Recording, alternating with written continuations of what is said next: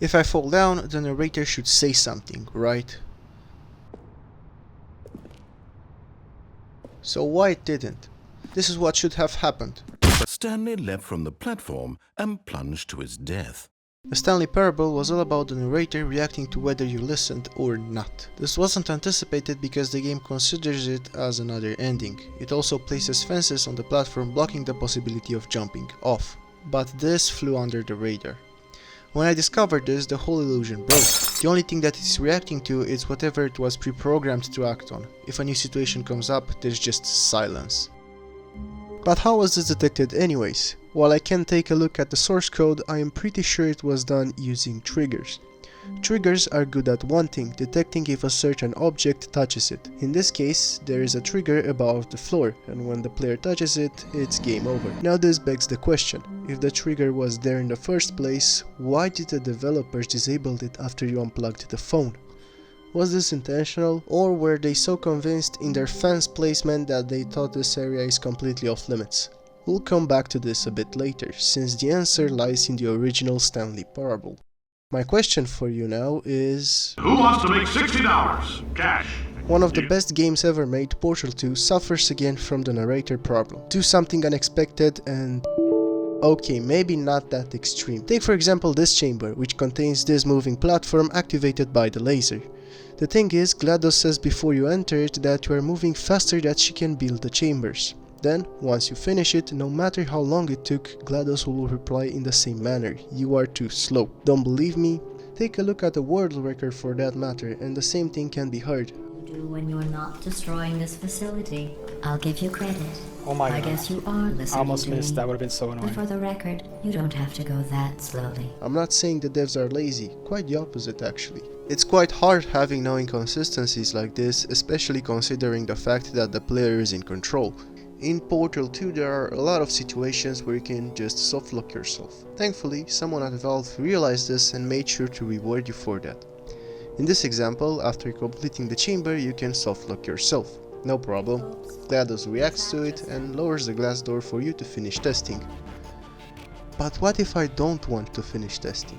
What if I want to softlock myself again? So you repeat the process just to find out that nothing happens. No dialogue, just the glass lowering down. And then, if I decide in my infinite wisdom to do this, I guess GLaDOS should react in some way, but nope, I can do this all day. Imagine if the developers went like this and said, well, there will be at least one person that will stay on the glass door while it closes, so we should have some dialogue for when this happens. It's complete nonsense. If a real person, or in this case AI, was actually there and not just some recordings, this wouldn't have been an issue from the beginning. Every step or decision you made gave you some sort of reaction. Unfortunately, that is just impossible. Here's what I mean. I made this quick example in Unity where you have to choose your name from this machine. You can also see a door at the end of the room. You can inspect it. If you do that, should the narrator continue like nothing happened, or should it have something to say?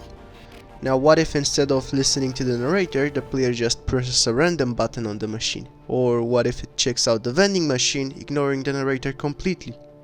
See, with just one room the number of recordings can skyrocket, and so the logic behind it. Do you know who thinks this is also a problem? The narrator itself. If you go around, you can actually land here and explore this vent. You fall into a warehouse full of recordings and the narrator explains that it's disappointing having to learn that someone just doesn't exist. You didn't think I was actually just a recording, did you? What a silly and trite explanation that would be. All the back and forth between you and me, all the absurd adventures we've been through, and it all turns out I'm just a tape recording? Now I've become sad. Unfortunately, that's the reality of these games. If we fall down in the monitor room in the original version, again, nothing. It's just the creepiness of the place now that the recordings stop. While this is fixed in the Ultra Deluxe version, a new incident takes its place. This wasn't an issue in the beginning, but it is now. Come to think of it, this was probably intentional. There is a certain atmosphere, the music in the room that plays out only here, in an area inaccessible by the player. All of this leads me to think that jumping down here was allowed so you can piss off the narrator even more and hear even more recordings. As much as these games want to give the illusion that everything is real, stuff like this breaks it for the moment, but then the bugs are probably forgotten. Sure, have multiple bugs and the whole image as the game collapses, and I don't need to tell you this, everyone already knows this. But these bugs, they are some sort of special. They have more life than the narrator itself. For some reason we want to annoy the narrator in the Stanley parable, but we are even more happy when we find a way to break him in unintended ways and discover every inch of the map. I mean, what's behind that door? I wanna know. Another thing that seems to follow this concept is the missing voice of the protagonist. The only one you can hear is the narrator. That's not a conversation, that's a monologue. Because if you could hear the protagonist talking, you would be better off watching a movie. The moment the player speaks here, the game loses its essence. That's why the player doesn't need to speak, because you speak for it through your actions. What's to be done about this? I mean, what's the solution? It's clear that creating more paths in these games will lead to more bugs and stuff like this that break the illusion. One approach would be to let the narrator take a step back and change the game premise entirely. But that's the cowardly approach, and we've seen with Portal 2, a completely different game, that it can still leave room for bugs. Instead, we should acknowledge it, that we as humans are not perfect and can make mistakes and leave stuff out accidentally for millions to see.